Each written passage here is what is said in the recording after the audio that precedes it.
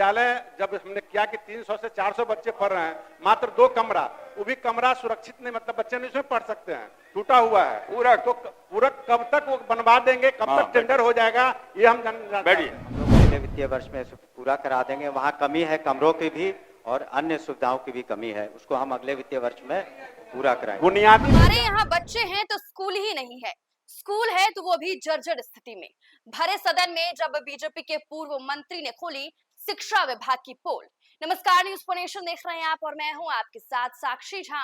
बिहार सरकार जो बिहार में शिक्षा व्यवस्था में हो रही सुधार को लेकर लगातार अपनी पीठ थपथपा रही है, इसकी पोल आज खुद बीजेपी के पूर्व मंत्री सदन के अंदर खोलते हुए नजर आ रहे हैं। वो उनका कहना है कि उनके क्षेत्र में बच्चे हैं तो स्कूल ही नहीं है, स्कूल है भी तो वो जर्जर स्थिति में है।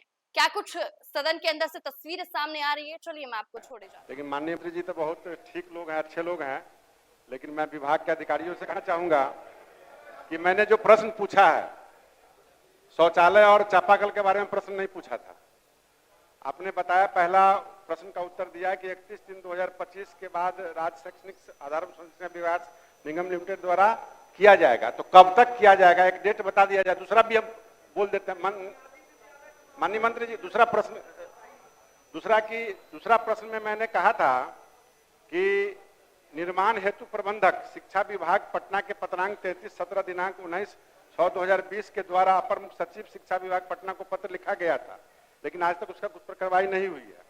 लेकिन उसमें उसका उत्तर की जगह लिखा जा रहा है कि 2 शौचालय और चापाकल चल रहा है। तो मेरा कहना है माननीय अध्यक्ष जी कि अगर मेरे विधानसभा क्षेत्र के अंतर्गत, ऐसे तो हम पूरे बिहार के बारे में भी कह सकते हैं, पूरा वही बता रहे हैं, जो चापाकल और शौचालय के बारे में बोले हैं, जो शिक्षा विभाग के द्वारा के पाठक जी के टाइम में जो बनवाया गया 80% फ्लॉप है, कहीं नहीं चल रहा है। तीसरा ये कहना है कि हमें कि ये विद्यालय जब हमने किया कि 300 से 400 बच्चे पढ़ रहे हैं, मात्र 2 कमरा, वो भी कमरा सुरक्षित नहीं, मतलब बच्चे नहीं उसमें पढ़ सकते हैं, टूटा हुआ है पूरा। तो पूरा कब तक वो बनवा देंगे, कब तक टेंडर हो जाएगा, ये हम जानते हैं। तीनों प्रश्न हो गया आपका, बोलिए। माननीय अध्यक्ष महोदय, बीएसआईडीसी ने भी इसकी समीक्षा की है और माननीय मंत्री जी का ये कहना है कि वहाँ कमरों की कमी है और सुविधाओं की कमी सही है, और इसलिए इस अगले वित्तीय वर्ष में इसकी समीक्षा करके हम लोगों ने जो भी इस तरह के प्रश्न आते हैं बीएसआईडी से संपर्क करके निश्चित रूप से हम लोग अगले वित्तीय वर्ष में पूरा करा देंगे। वहाँ कमी है कमरों की भी और अन्य सुविधाओं की भी कमी है, उसको हम अगले वित्तीय वर्ष में पूरा कराएंगे। बुनियादी विद्यालय, माननीय अध्यक्ष जी, ललित भाई बैठ जाइए, ललित भाई बैठिए। अरे भाई उनको पूछने दिया ना। माननीय अध्यक्ष महोदय जी, बुनियादी विद्यालय हम सबों का सपना है और पूर्वजों ने बनवाया और बहुत जीर्ण शीर्ण व्यवस्था में है, खास करके बसुआ और लखनपुर जहां विद्यालय है।